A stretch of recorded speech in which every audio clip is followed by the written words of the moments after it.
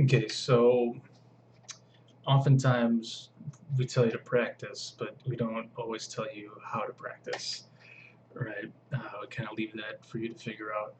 Um, so in this video, I'm just going to explore how to practice, just some of my approaches in practicing drop two um, drop two voicings for the major and the minor sixth diminished scales. So here's some of the common things that I do. Um, Now these things are really designed so that you can attack multiple, just different ways of practicing really, and you combine it into one. Since there's always more to practice than there is time to practice, um, so there's a lot of information in each one of these things. So let's just go over really quickly the stuff that we're going to talk about. So you should always, first and foremost, like an underlying theme should always be circle of fifths or circle of fourths. Um, Now I understand that practicing everything in all 12 keys is very time consuming. I tend to boil it down to 7 keys. So I tend to do D flat instead of C sharp. I do G flat instead of F sharp. I do B instead of C flat, and really that makes up that those three take away 5 different keys. So I go from practicing 12 keys to practicing 7, just because you're more likely to see flats um, in a jazz context, jazz standard context. But you definitely want to practice those other ones, especially if you're working with singers, because you never know. What key they might throw at you, and you want to be fluid in any one of those keys. So everything we cover from here on out, apply that to the circle of fifths or the circle of fourths. Um, so one of the first ways that I approached drop twos early on was singing the bass note. And the benefit of singing is that it really works on internalizing the scale in your inner ear. Um, and then we're going to sing the letter.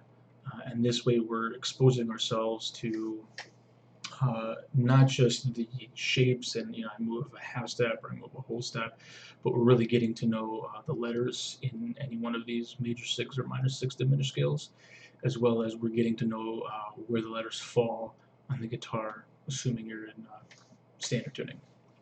So what that looks like, I'll give a demonstration. So let's start with C, and I'm going to do a minor six diminished. So here's my C, right? Okay. C, and I'll sing the letter of the bass note. C, D, E flat, G, oops, F. It's okay to make mistakes. G sharp, A, B, C, B, A, G sharp, G, F, E flat, D, C, B, A, B, C. Now, a couple of things I did there. I sang the pitch first, and then I verified it with the instrument. For example, C, D, and if there were any, if I said the wrong pitch or maybe I sang the wrong pitch, it would be corrected once I verified.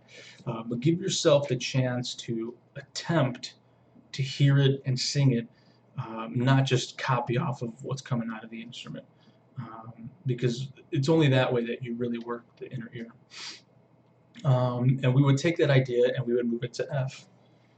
Okay, and you can start at the root. You don't have to start, somewhere else. So F, maybe I'll descend E, D, C sharp, C,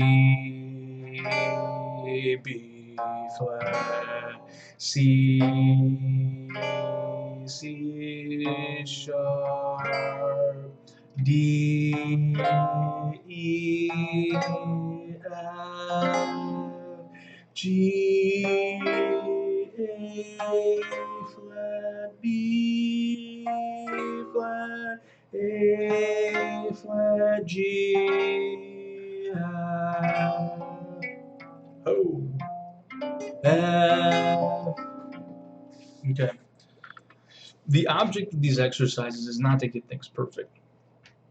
It's to strengthen your weaknesses, right? So maybe me singing or having my inner ear is a weakness, right? The only way you can strengthen it is by attempting to sing it and then hearing your instrument back and then making that, correction or verifying that what you had in your head is actually right. Another thing that I want to point out that I'm doing is I'm referring to the sharp 5 as the 5th degree with the sharp. So in F minor 6, the 5th degree is C. So I'll sing C, and then I'll sing C sharp. Now in a key like E flat, so here's E flat minor 6, the 5 is B flat. So for the sharp 5, I'll just sing B, B. So here's B flat, B flat, B natural. But the sharp 5 is always in relation to the 5. So just keep that in mind. Like I wouldn't sing B flat, C flat, because then I'd be altering, C is the 6, I'd be altering the 6, right? So that's another thing that I'm doing. So you want to take that idea around the circle of fifths or fourths, and because there's 3 different places that we can play drop 2s on the guitar, you're going to want to do that. That was just on the 5th string. You're going to want to do it on your 4th string. E, F, G flat, A flat, B flat, B, and so on and so forth. Because part of the exercise is to work the inner ear, but it's also to work those chord shapes, right? And so just remember to, anything you do with these drop 2s on the 5th string, you have to do it on the 4th string and as well on the 6th string.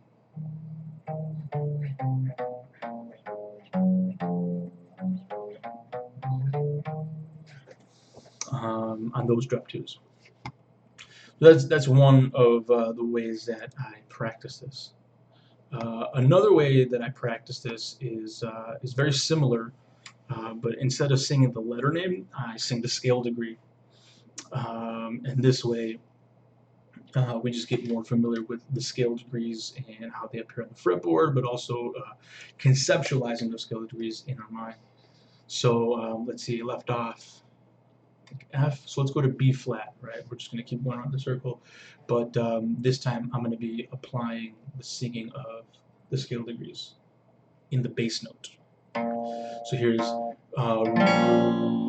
root 2, minor 3, 4, 5, sharp 5, 6, sharp leading tone, or sharp 7. I like leading tone 1, or root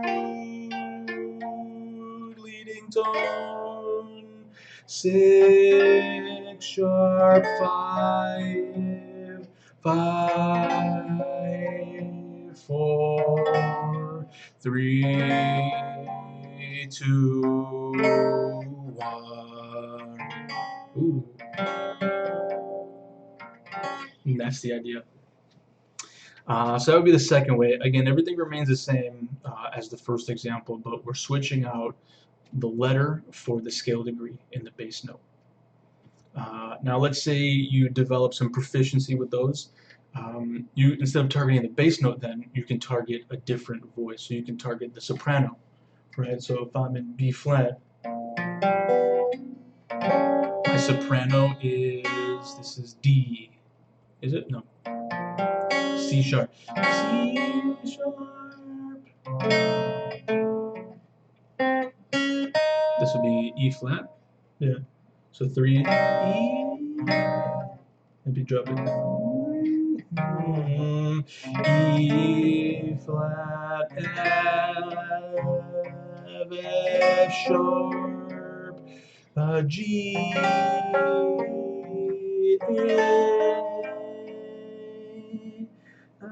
B flat, C, C, D flat, not C sharp, it's D flat because it's the 3. Right? And I would continue. Another way to apply this is, instead of singing the letter, you sing the scale degree of that targeted vocal part. So again, here's the soprano. This would be the minor 3, minor 3, you gotta find it first. Minor 3, 4, 5, sharp 5, 6, 7, our leading tone, root 2, 3, minor 3. And you can do that with an alto voice or a tenor voice, again, interchanging either the note name or the scale degree. So there's a lot of flexibility with that one exercise.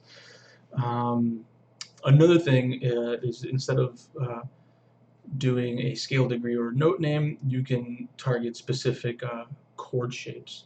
So let's, that was B flat, let's go on to E flat, just continuing with our circle of fifths here.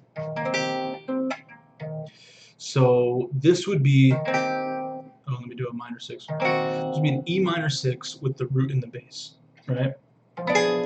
This would be a diminished 2. An E minor 6 with the 3 in the bass, a diminished 4. This is an E minor 6 with the 5 in the bass, a sharp 5 diminished. This is E minor 6 with the root in the bass.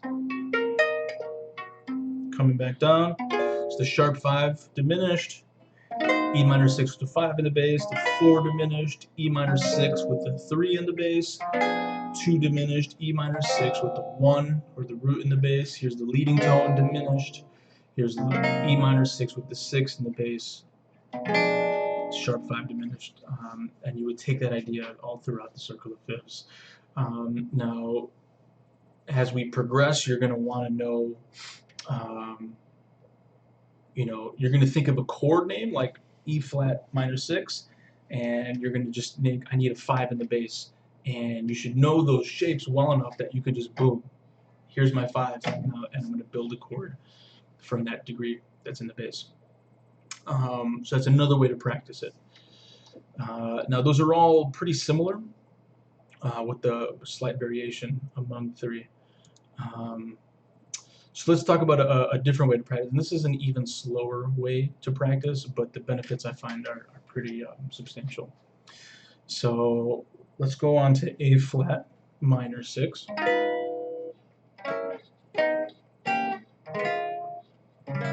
So we'll start right here. So this is A flat minor 6 with 3 in the bass. Now I'm just going to move up the scale. Right? So this is the 3 in the bass, so I'm going to the 4. And what I'm looking for is common fingers.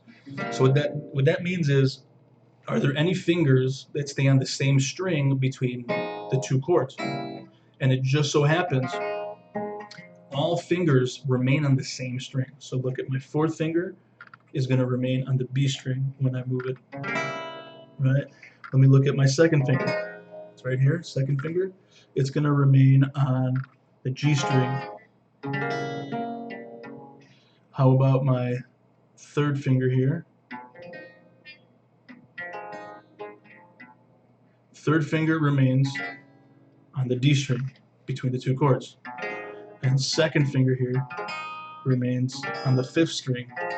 So going from a minor 6, 3 in the bass to 4, is a pretty easy move. I don't even have to take my hand off of the fretboard. I just slide up. What about going from 4 to 5? Oops, 4, here's 5. So here's the diminished chord built on the 4th scale degree of A flat. Here is the minor 6 built on the 5th scale degree. I'm just going up the scale of chords. None of the fingers change strings. That's to say, they all stay. So I don't really have to take my hand off of the fretboard. I don't have to take it off and then come back and look for it, which is nice. And then if we go from a 5 to the sharp 5 diminished, again, no move. Now how about the sharp 5 diminished to the minor 6 with the 6 in the bass? There is one move, and it happens between the 1st and the 2nd finger. So the 2nd finger here is on A, and then it moves to B. And the 1st finger here is on it's on G, and it moves to A. So really they're swapping. So then maybe if we discover this, we can just say, let me create a quick exercise where I'm just moving these two. Right? I'm moving 1 and 2, the other fingers are remaining down.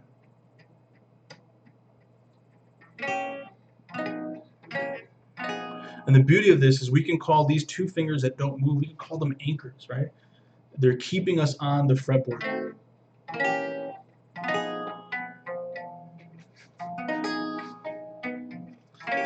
So if we have anchors in between those 2 chords, we don't have to remove our hand from the fretboard, and we don't have to introduce any fumbling until we find the right strings. Okay, keep going. So between the 6 and the leading tone, we switch back, right? And it makes sense because we're coming from a diminished to sharp 5 to 6, and then 6 to leading tone is another, going back to a diminished. So maybe create a little exercise, spend a minute doing it. And make sure each one of those strings are strings.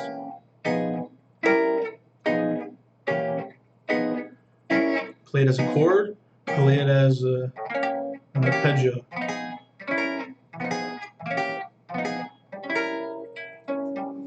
Now the leading tone to the minor 6 with the root is a little tricky because it incorporates the movement of the 4th and the 3rd finger, the 2 weaker ones of the hand.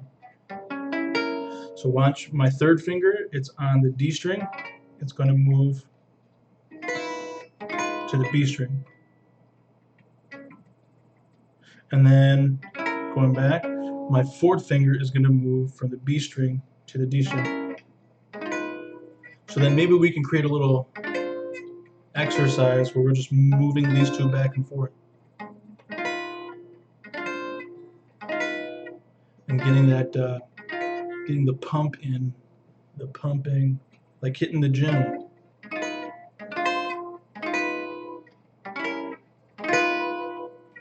And because going from the minor 6 with the root in the bass to the 2 is another diminished jump, so it's like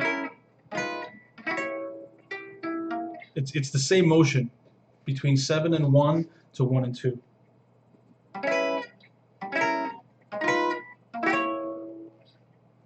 So we can spend a little bit of time on it and strengthen those fingers. We can go backwards.